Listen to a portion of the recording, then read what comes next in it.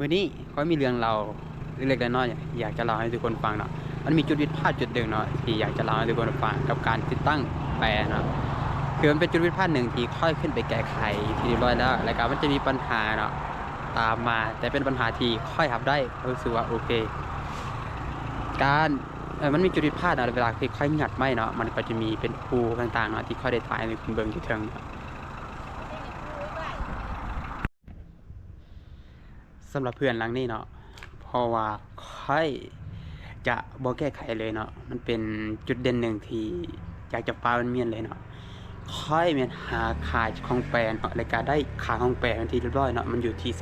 31.5เป็นค่าที่ค่อยคิดว่ามันโอเคแต่ว่าเขากำหนดอยู่ที่32 34ก็จะเอาค่าตัวนี้เนาะเพื่อที่ไม่ต้องค่อยมันเลอร์หลายไม่ต้องค่อยมีความผิดพลาดหลายนะก็เอาค่าตัวนี้เพื่อสปอนเมียนเนาะค่อยไม่อยากให้มันเกินถ้าเขาเอาค่าที่มาตรฐานของมันอยู่ที่32 34มันก็จะตกระหว่างอยู่ที่33.5แต่ไม่ค่อยมันเลอร์หลายมันมีความผิดพลาดหลายค่อยก็เลยหาค่าที่มันต่ำกว่านั้นนั่นค่อยก็เลยได้ค่า31.5เนาะค่อยยังกดคืนว่าตารางที่เขาให้มาเนาะมันเป็นมันมีความจริงหรือว่าหรือมันเป็นตารางที่เพราะว่าในอินเทอร์เน็ตมันอาจจะมีหลายๆอย่างแต่บางทีเราก็ต้องกดคืนว่ามันได้มาตรฐานหรือบ่ค่อยมันไหลเนาะอยู่ที่3-4เทื่อเนาะให้น้องสาวไล่กดคืนว่าค่าที่เขาให้มานั้นมันถูกต้องหรือบ่ไล่ไปไล่มาเนาะก็ถูกต้องเป๊ะ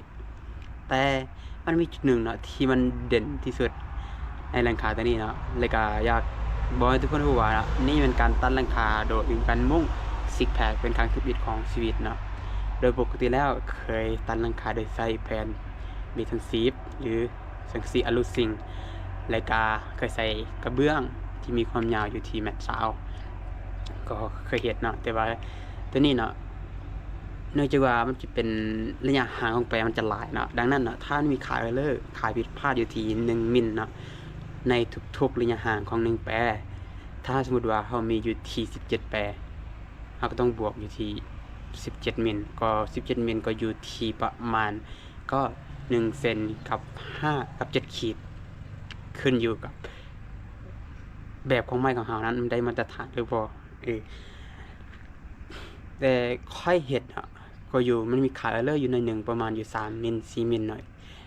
ตั้งแต่ทำอิฐจนฮอดเส้นสุดท้ายแล้วค่อยวัดเส้นสุดท้ายแล้วก็ที่2ของสุดท้ายเนาะวัดอยู่ที่3-4 มิลก็รู้สึกว่าโอเคอยู่สำนั้นแล้วนี่ค่าตัวหนึ่งเนาะที่มันเออร์เลอร์เนาะเพราะว่าเมื่อวานนี้เนาะต้องเราว่าในหนึ่งเนาะแต่ว่าค่อยจะบ่แก้ไขเลยเพราะว่ารู้สึกว่ามันเป็นการผิดพลาดที่น่าน่าคนบันทึกเนาะมันเป็นความผิดพลาดที่ก็รู้สึกว่าค่อยรับได้เพราะว่ามันแปลที่เราเฮ็ดเนาะมันได้ซากทุกๆแปลมันได้ซากหมดดังนั้นเนาะเราจะบ่แก้ไขตัวนี้เราจะเก็บเมียนมันมีตัวหนึ่งเนาะที่ยังที่3เส้นสุดท้ายอยู่ที่ประมาณ80ในห่าง80เนาะที่จริงเนาะมันต้องอยู่ระหว่างที่62เนาะแต่นี่มันอยู่80เนาะเพราะว่าแบบของค่อยเนาะค่อยแม่นเฮ็ดแบบในการที่ไปติดตั้งแปรเนาะมันผิดพลาดเนาะก็เลยอยากเล่าให้ทุกคนฟังว่าแบบที่ค่อยเฮ็ดเนาะมันผิดพลาดก็ย้อนว่ามันเป็นการเฮ็ดแบบที่จะเว้าจั่งใดเนาะค่อยแม่นหาค่าอยู่ที่31.5เนาะถูกต้องตามสเปกตามระยะห่างเนาะอยู่ที่17แปรแต่แท้ที่จริงเนาะค่อยมันเฮ็ดบ่ฮอดเนาะแบบของค่อยอยู่ที่30.5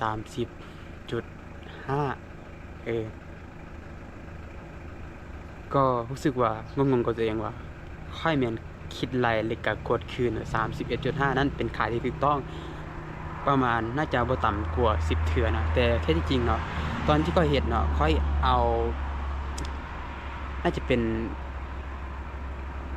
อันนี้เป็นบทเรียนที่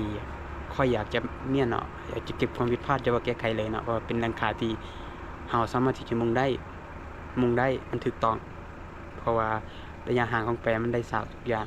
แต่รู้สึกว่าถ้าเราเฮ็ดเวียกบ่มีระบบ อันนี้คือจุดผิดพลาดที่มันต้องเกิดขึ้นอยู่แล้วมันอาจจะเป็นความผิดพลาดเล็กๆน้อยๆเลยก็ต้องรู้วิธีการกดคืนตัวใดคนที่จะกดคืน